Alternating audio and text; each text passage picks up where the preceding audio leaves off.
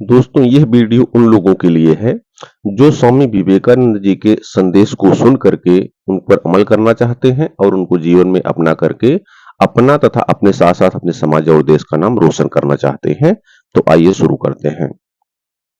स्वामी विवेकानंद जी ने भारतीय संस्कृत और धर्म का जन जन में संचार करने के लिए युवाओं का आह्वान इस पत्र में किया है।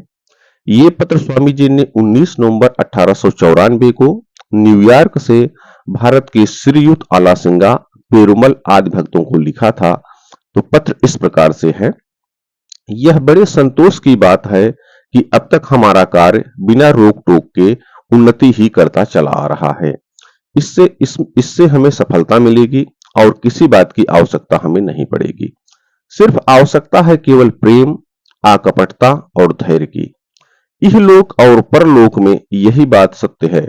यदि कोई कहे कि देह के विनाश के पीछे और कुछ नहीं रहा, तो भी उसे ये मानना ही पड़ेगा, स्वार्थपरता ही मृत्यु है। परोपकार ही जीवन है, परोपकार न करना ही मृत्यु है।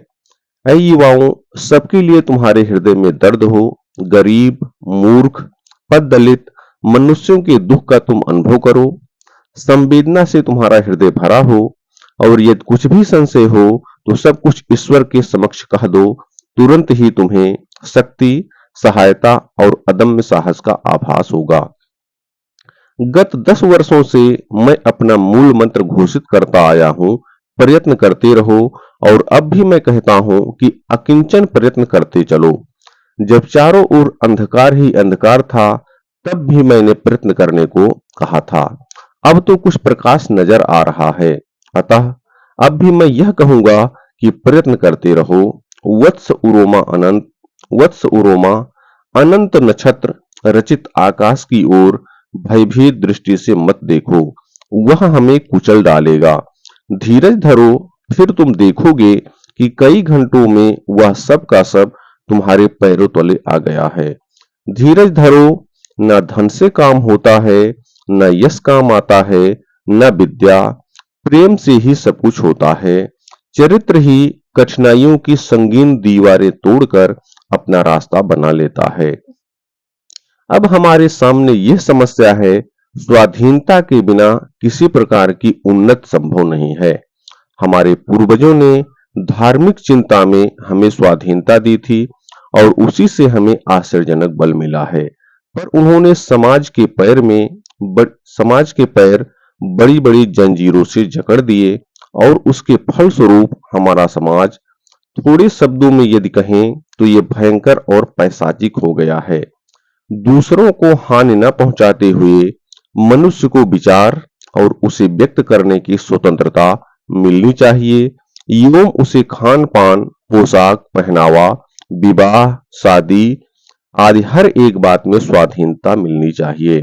भारत को उठना होगा, शिक्षा का विस्तार करना होगा, स्वहित की बुराइयों को ऐसा धक्का देना होगा कि वह टकराती हुई अटलांटिक महासागर में जा गिरे। ब्राह्मण हो या सन्यासी, किसी की भी बुराई को क्षमा नहीं मिलना चाहिए। अत्याचारों का नामो निशान न रहे, सभी को अन्न अधिक मात्रा में सुलभ हो। किंतु ये व्यवस्था धीरे धीरे लानी होगी, अपने धर्म पर अधिक जोर देकर और समाज को स्वाधीनता देकर यह करना होगा। प्राचीन धर्म से पौराहित्य की बुराइयों को हटा दो, तभी तुम्हें संसार का सबसे अच्छा धर्म मिल पाएगा। भारत का धर्म लेकर एक यूरोपीय समाज गढ़ सकते हो। मुझे विश्वास है कि यह संभव है और एक दिन ऐसा जरूर होगा। एक ऐसे उपनिवेश की स्थापना करो जहां सद्विचार वाले लोग रहें, फिर यही मुट्ठी भर लोग सारे संसार में अपने विचार फैला देंगे। इसके लिए धन की आवश्यकता है, यह बात सही है, पर धन आ ही जाएगा। इस बीच में एक मुख्य केंद्र बनाओ और भारत भर में उसकी शाखाएं खोलते जाओ। कभी भी किसी मूर्खता प्रसूत कुसंस्कारों को सहारा न देना। रामानुज ने सबको समान समझकर मुक्ति में सबका समान अधिकार घोषित किया था। वैसे ही समाज को पुनः गठित करने की कोशिश करो।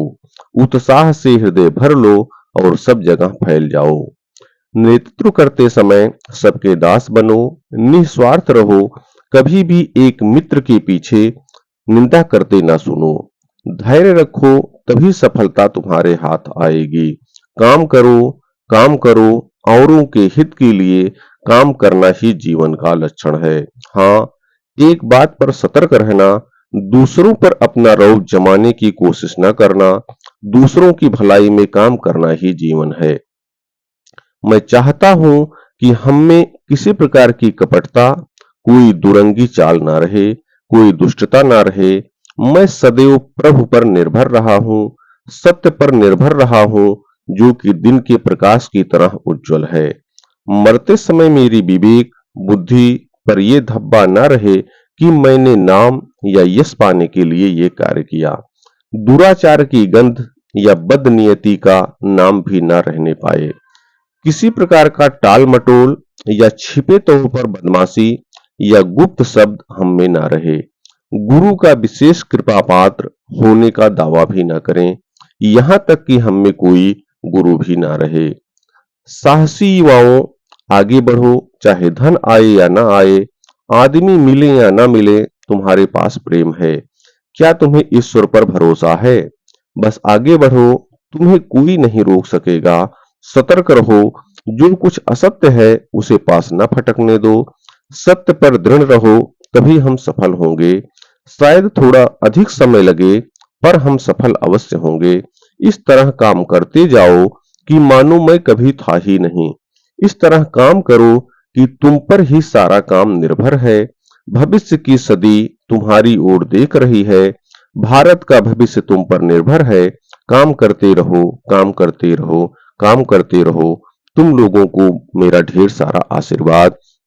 और दोस्तों, इस तरह के स्वामी विवेकानंद जी के बहुत प्रसिद्ध शिकागो भाषण और उनके बहुत सारे विचार जो आपके जीवन को बदल सकते हैं, ऐसे इस चैनल पे अपलोड हैं। आप उनको देख सकते हैं और उनसे प्रेरित होकर के आप अपने आप को बदल सकते हैं और सफलता की सीढ़ियों पर चढ़ सकते हैं। अगर यह वीडियो अच्छा लगा तो आप इसको शेयर भी करें और मेरे चैनल को सब्सक्राइब करें। बहुत बहुत धन्यवाद।